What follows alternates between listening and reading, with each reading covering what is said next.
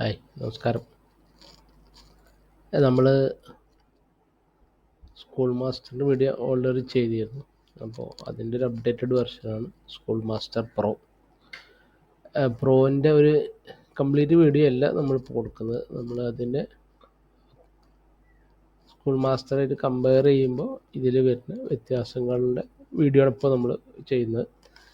ഇതിലുള്ള ഓരോ മെനൂസിൻ്റെയും ഒരു കമ്പാരിസനാണ് school master and school master pro എന്ന്. അപ്പോൾ അതിൽ കോൺഫിഗറേഷനിൽ കോഴ്സസിലാണ് നമ്മൾ ചേഞ്ചസ് സ്റ്റാർട്ട് ചെയ്തിട്ടുള്ളത്. കോഴ്സസ്, ബാച്ച്, പിന്നെ accounts, teachers master, exam master, student master, പിന്നെ ഒരു കംപ്ലീറ്റ് വീഡിയോ. ഇതിൽ നമ്മൾ കോഴ്സ് ആഡ് ചെയ്യാണ്. ഒരു പുതിയ കോഴ്സ്, ഡ്യൂറേഷൻ 2 ഇയർ ആണ്. കോഴ്സ് ആക്റ്റീവ് ആണ്. ഫീ ക്വാർട്ടർ ഫീ ആണ്. അത് നമുക്ക് ആസ് റിക്വയർമെൻറ്റ് നമുക്ക് അതിൽ പറഞ്ഞ പോലെ നമുക്ക് ഇതിലും മന്ത്ലിക്ക് ചേഞ്ച് ചെയ്യാം. പിന്നെ ഒരു admission fee, course admission fee. ഇതിൽ നമ്മൾ കൊണ്ടുവന്നൊരു ഫീച്ചേഴ്സ് ഒന്ന് ആക്റ്റീവും ഒന്ന് അവൈലബിൾ സീറ്റുമാണ്. എത്ര സീറ്റുകളുണ്ട് ഈ കോഴ്സിന് എന്നുള്ളത്. പിന്നെ ഇതിൻ്റെ അടിയിൽ നമ്മൾ ഇയേഴ്സ് പറഞ്ഞൊരു സാധനം കൊണ്ടുവന്നിട്ടുണ്ട് ലൈൻ ഐ ഡീസിൽ.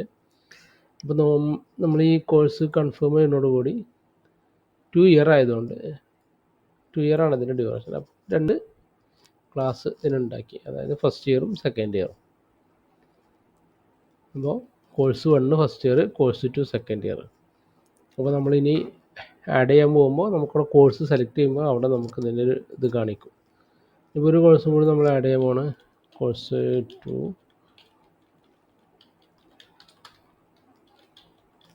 3 ഇയർ കൊടുത്തു, ഫീ കൊടുത്തു, അവൈലബിൾ സീറ്റ് ചെറിയ സീറ്റുള്ളൂ, 12 സീറ്റ്.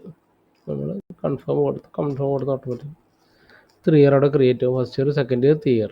കോഴ്സ് 2ൻ്റെ ഫസ്റ്റ് ഇയർ, കോഴ്സ് 2ൻ്റെ സെക്കൻഡ് ഇയർ, കോഴ്സ് 2ൻ്റെ 3 ഇയർ. അങ്ങനെയാണ് അതിൽ വരിക. അപ്പോൾ ഇനി അടുത്ത് നമുക്ക് ഇതിൻ്റെ ബാച്ചാണ്. ബാച്ച് നമ്മൾ ഏതിൻ്റെ ബാച്ചാണ്? നമ്മൾ കോഴ്സ് 1ൻ്റെ ബാച്ച് എന്താ തുടങ്ങുന്നത്? 2025 ഇയർ. കോഴ്സ് 1 2 ഇയർ ആണ്.